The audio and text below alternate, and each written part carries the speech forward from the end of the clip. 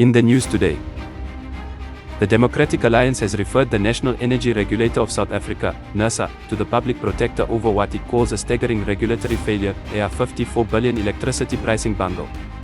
This catastrophic error, admitted by NERSA's own chairperson, will push electricity tariffs even higher, with increases projected at 8.76% in 2026-27 and 8.83% in 2027-28, further burdening households and businesses already facing a cost of living crisis.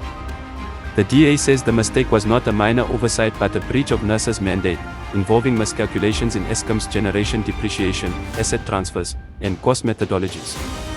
Instead of correcting the error, NERSA quietly settled with Eskom, adding a 54 billion in allowable revenue, without public consultation.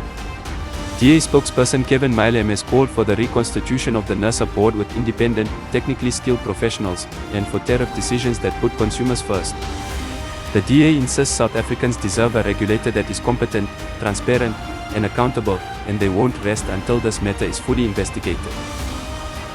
Kimberley SAP's Family Violence, Child Protection and Sexual Offences Unit held a Happy Socks campaign focusing on the eradication of gender-based violence and femicide in and around the Kimberley CBD.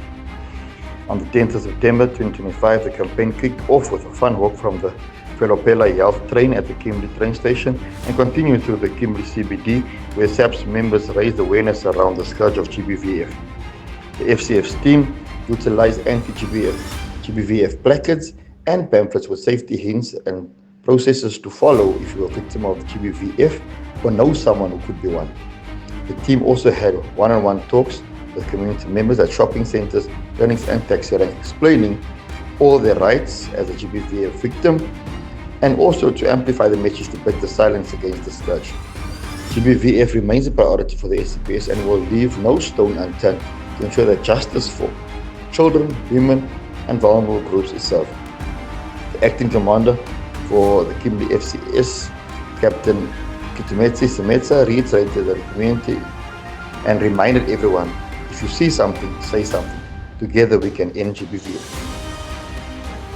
The SAPS embraces the life sentence that was handed down to Alex Tato Tipa Haibonwe, aged 19, for raping a 6-year-old girl not related to him in Bakaros near Kuruman. On the 12th of September 2021, at approximately 10 a.m. in the morning, the 6-year-old female victim was playing with friends when she was accosted by the accused. The accused took her into a nearby room and raped her, and after the ordeal, the victim reported the incident to her mother, and the accused was subsequently arrested. Alex Tato Tipahaibonwe was sentenced to life imprisonment for rape.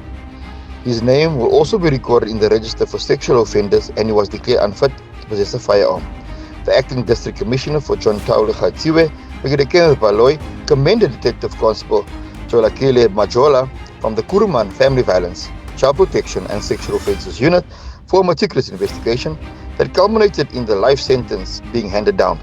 This truly ensured that no impunity is granted to perpetrators of these heinous gender-based violence and femicide crimes, cited Brigadier Kenneth Baloy. Van myne tot medisyne, dit is die ongelooflike reis van Abresyn Wiljoran Engelbrecht van Steinkopf in Namakwaland.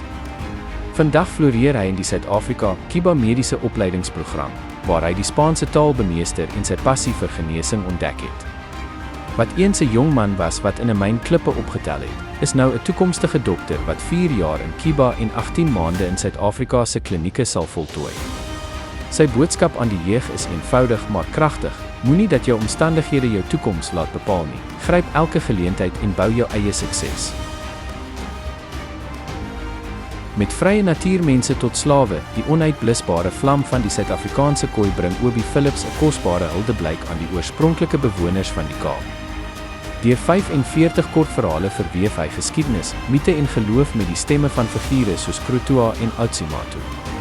Die boek herinner die leser daaraan dat die kooi nie bloot slagoffers van koloniale onreg was nie, maar draers van 'n kultuur wat steeds asemhaal.